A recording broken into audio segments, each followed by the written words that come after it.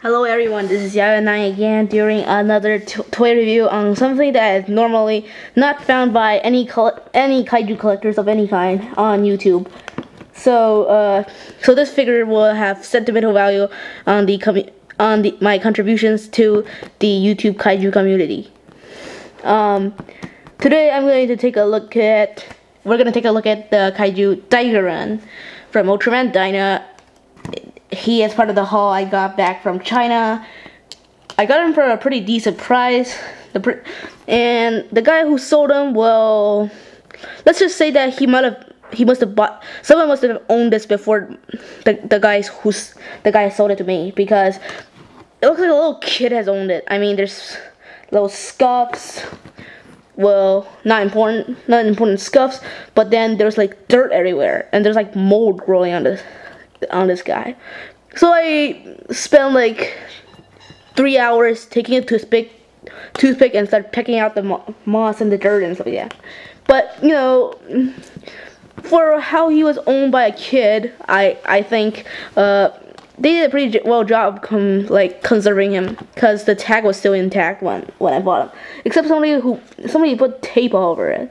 Oh well, better tag protecting, I guess. So first of all, let's take a look at the tag.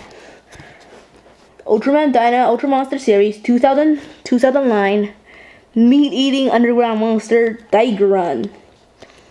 He's 60 meters tall apparently, and he's 80,000 tons. And he appeared under bad Japanese translation, okay? Vegetable City under Vegetable City, or so it says. Very bad Japanese translation, sorry. So there's a picture of him in the suit. Now, according to the picture, this guy doesn't really look anything like the picture, but I have to say that the picture is wrong. I don't think they took it from the show, because in the show he was, well, I've seen the episode several times to make sure that this guy was correct. But in the show, he was actually like, he had these like patterns on him, but they were more frequent, and I was pretty surprised by how Bandai didn't put any of it on where his horns are. But you know, he looks great overall, and for a pretty old figure, you have to give Bandai credit, or Bandai, Row 21. Thank you. So this is a fold-in tag. Ultraman Chronos, you've seen this.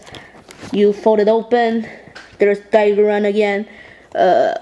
He appeared in Ultraman Dyna episode 4. Let's see, what was it called? Battle Underground City. So they basically gave you a little history. It's like so I'm just gonna get the history because this is very brief and I can't understand Japanese really. So here's the history. The people of Japan apparently created a thing called PW waves. They are used more frequently than drills according to the Ultraman Dyna storyline, and are used to try and make cities underground. But apparently, this guy is a meat eater, duh.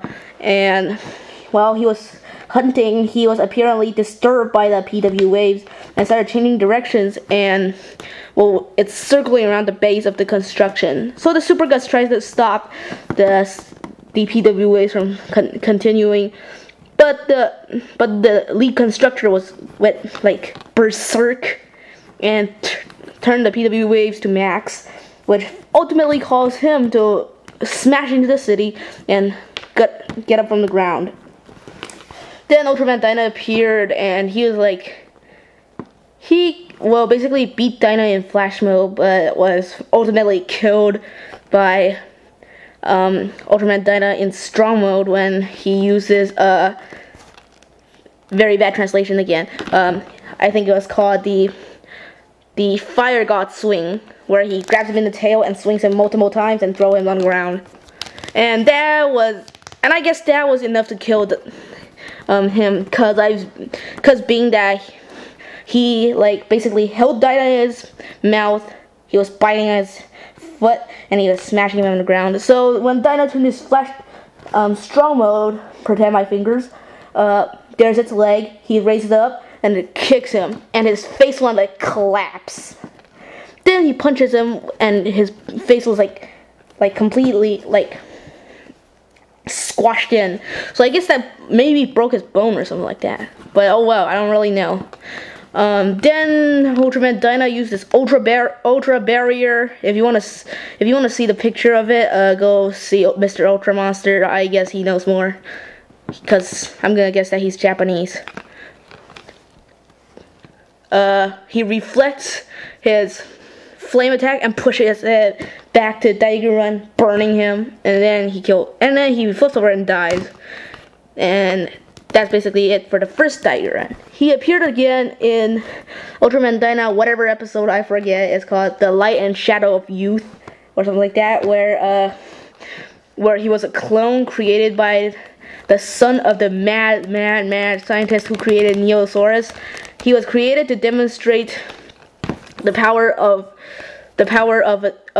the new monster, which is superior to Neosaurus, called Zomborg. Zomborg easily destroyed Daigerun. So Daigerun was dead and was never seen again. So that's basically Daigerun's history. Now let's go to articulation. Now for an old figure, he has the arms and the legs.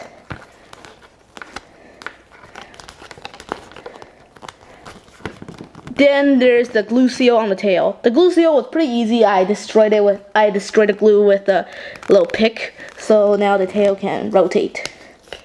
So that's basically 5 points. 5 points, well, not bad, but you know, I'd expect like a little more, like a rotation in the head, but you know, it would look awkward and like dumb.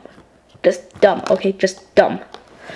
So now to size comparison. Since this guy is 60 meters tall, I'm going to compare him with Bandai's Super Kaiju, Monsarger, who apparently, according to Wikipedia, is 65 meters tall in his first appearance, and 67 meters tall in his second appearance. Well, even though at 65 meters, this guy's too short, really too short. I don't have Ultraman Dyna, but I'm gonna guess that Dyna is just gonna tower over this guy. Even though I'm gonna guess that he's like 50 meters. So the problem is that he's a little bit too short. But then if you scale Monsarger at 67 meters, this will be like a normal match. I mean, I expect him to be like this at least. But you know, Bandai decided to save vinyl and make Monsarger bigger. And they saved vinyl by, well, ripping off vinyl from Imperializer and this guy, apparently. Bandai, dumb move. Dumb move, Bandai, dumb move. But, you know, for an old figure, he's, well, nice. Bandai only released him twice. And the first time was in the, apparently the, let me see, 1997 tagline, before Ultraman Gaia. Then they released him in the 2000, the 2000 line, and this is his last appearance.